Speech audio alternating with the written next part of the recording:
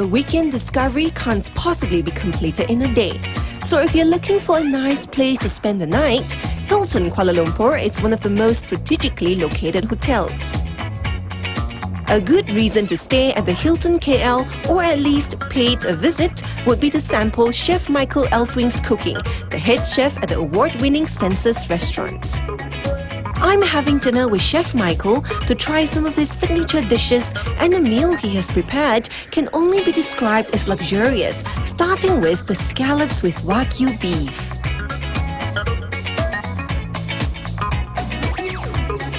Born in Sweden and having lived in Australia for 7 years, Chef Michael is the perfect chef de cuisine for a Western fusion restaurant that specialises in modern Australian fare.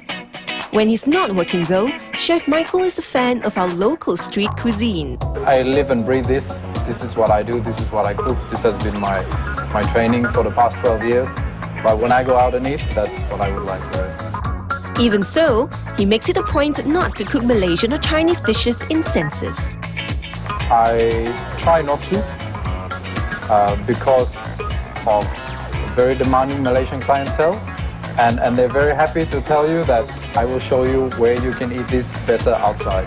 So I had to brace myself. Certainly there's inspirational ingredients, but again, I'm happy to leave that part to the people that know what they're doing and not have a Quilo trying to cook Chinese food.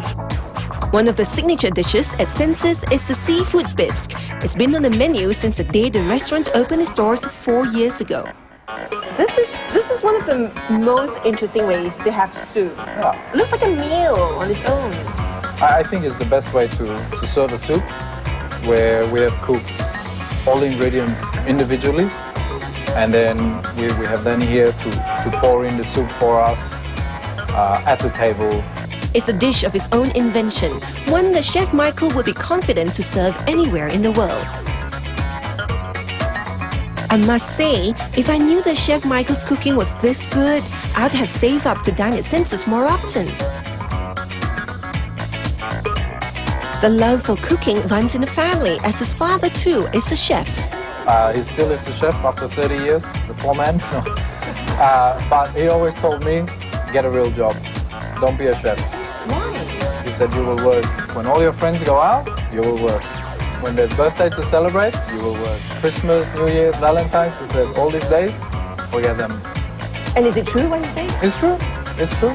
I can't remember last time I had a holiday off. Are there moments where you regret becoming a chef? Like, oh, this is too much work, or I need a holiday and I can't take a day off? No, I only see the positive things of it. Or else I would have changed profession a long time ago. Many chefs I know are keen to start their own business, but it's easy to tell that Chef Michael loves Senses too much to go anywhere else. I treat it as mine.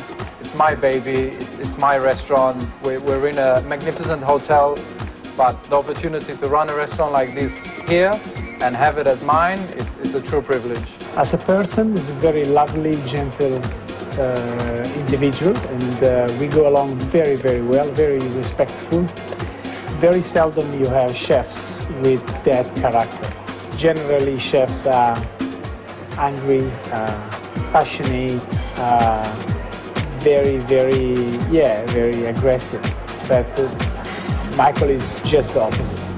With his great interpersonal skills, Chef Michael doesn't just cook, he manages the entire operation of the restaurant. He makes it a point to maintain a good relationship with the suppliers and distributors to ensure that his ingredients are of top quality. I can be very specific with, I want the duck from this farmer for whatever reason. He might be sustainable, or the way he treats his duck, and yeah, you know, a happy duck, a happy guest.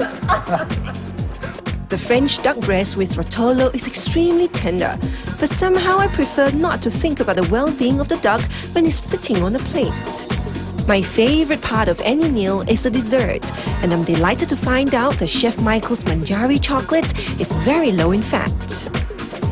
There is no sugar added, no eggs, no cream, no butter, nothing added. Water and chocolate. Water and chocolate, and that's in our big cube here. The one-of-a-kind chocolate comes accompanied by edible pansies, slightly salted caramel, homemade vanilla ice cream and chocolate crumbs with coconut powder sprinkle.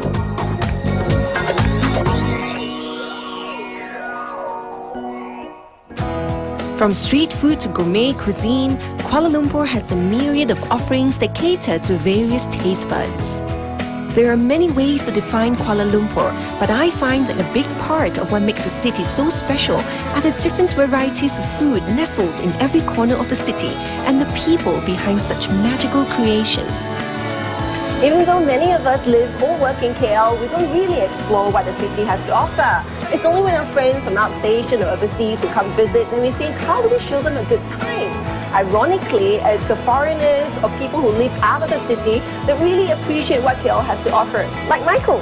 That's right. I just love the fact that I can jump down to Petaling Street, buy some flowers, buy my fruit and vegetables, have lunch with the uncles and aunties, then from there, go to Pudu markets, buy fresh fish, whatever I want to cook for dinner, and head on home. There you go, the beauty of KL. Now I've brought you to some of my favorite places to eat and visit, places that I hope you'll enjoy as well. Now don't forget to join me again next week for another great weekend discovery out of KL. Yes. Cheers.